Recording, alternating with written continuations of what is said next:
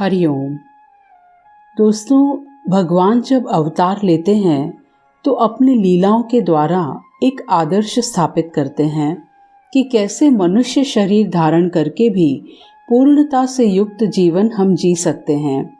अवतरित होके एक तरफ एक आदर्श जीवन का उदाहरण प्रस्तुत करते हैं और दूसरी तरफ मृत्यु भी सहर्ष स्वीकार करने योग्य है, यह शिक्षा प्रदान करते हैं। आइए आज भगवान श्री राम के जीवन से यही शिक्षा हम लोग प्राप्त करते हैं।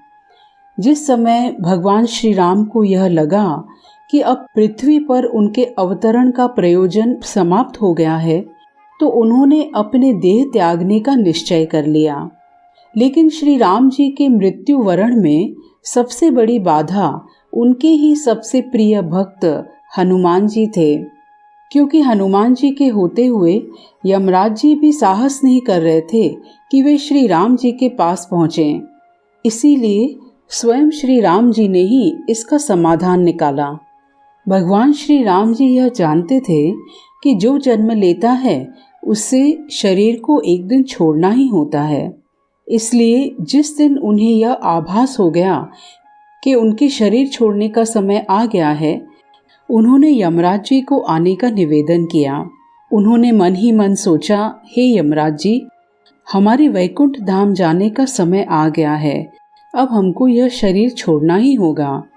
लेकिन मृत्यु के देवता यमराज जी अयोध्या में प्रवेश ही नहीं कर पा रहे थे, क्योंकि भगवान राम जी के परम भक्त और उनके महल के मुख्य प्रहरी हनुमान जी रास्ता रोके खड़े थे। भगवान राम ने सोचा कि यमराज जी के प्रवेश के लिए हनुमान जी को वहां से हटाना आवश्यक है। इसीलिए राम जी ने अपनी अंगूठी को महल के फर्श के एक छिद्र से गिरा दिया और हनुमान जी से इसे खोज कर लाने के लिए कहा। हनुमान जी ने स्वयं का स्वरूप छोटा करते हुए बिल्कुल भंवरे जैसा आकार बना लिया और केवल उस अंगूठी को ढूंढने के लिए छिद्र में प्रवेश कर गए। वह छिद्र केवल छिद्र नहीं था, बल्कि एक सुरंग का रास्ता था जो सांपों के नगर नागलोक तक जाता था। नागलोक पहुंचकर हनुमान जी नागों के राजा वासुकी से मिले और अपने आने का कारण बताया। वासुकी हनुमान जी को नागलोक के मध्य में ले गए, जहां अंगूठियों का पहाड़ जैसा ढेर लगा हुआ था। यहाँ आपको श्री राम जी की अंगूठी अवश्य ही मिल जाएगी, वासुकी ने कहा।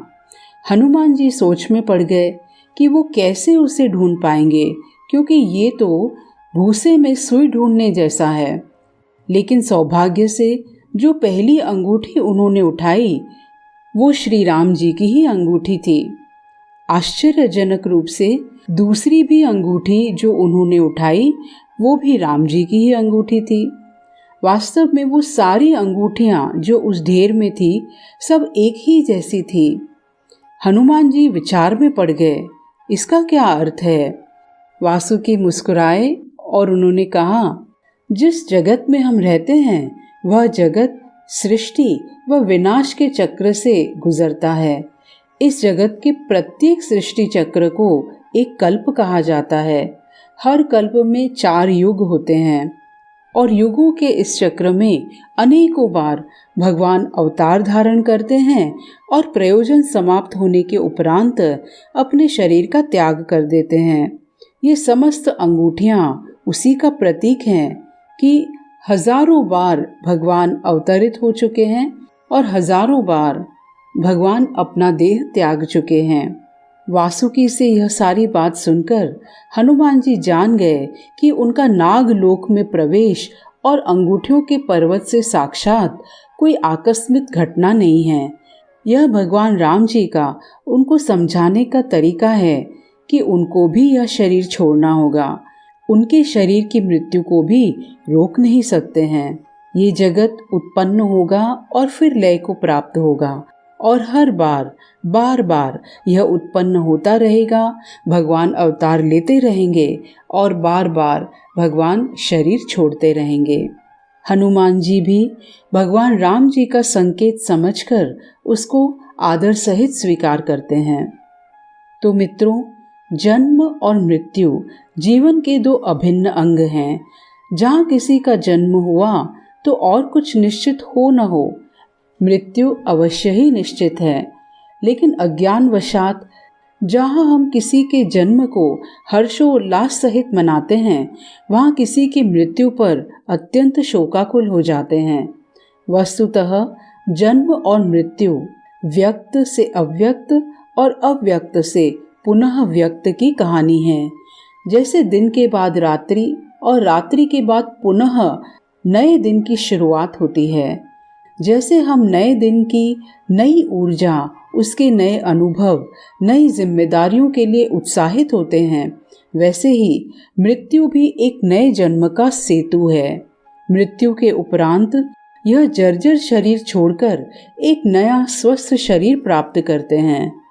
दरअसल हम मृत्यु से इसीलिए भयभीत होते हैं क्योंकि हम पीछे छूटने वाले संबंध, उपलब्धियों से आसक्त होते हैं। लेकिन यदि हम मृत्यु से सही शिक्षा लेंगे तो वह भी हमको आशीर्वाद लगेगी। तो दोस्तों, मृत्यु से डरने के बजाय यह आवश्यक है कि हम इस जीवन में समय रहते रहते एक धर्मनिष्ठ जीवन जिएं, दूसरों को खुशियां दें, ईश्वर की भक्ति और उनका ज्ञान प्राप्त करें और फिर उसके उपरांत ईश्वर की आज्ञा के अनुरूप एक धन्यता से युक्त होके मृत्यु को भी स्वीकार करें। हरि ओम।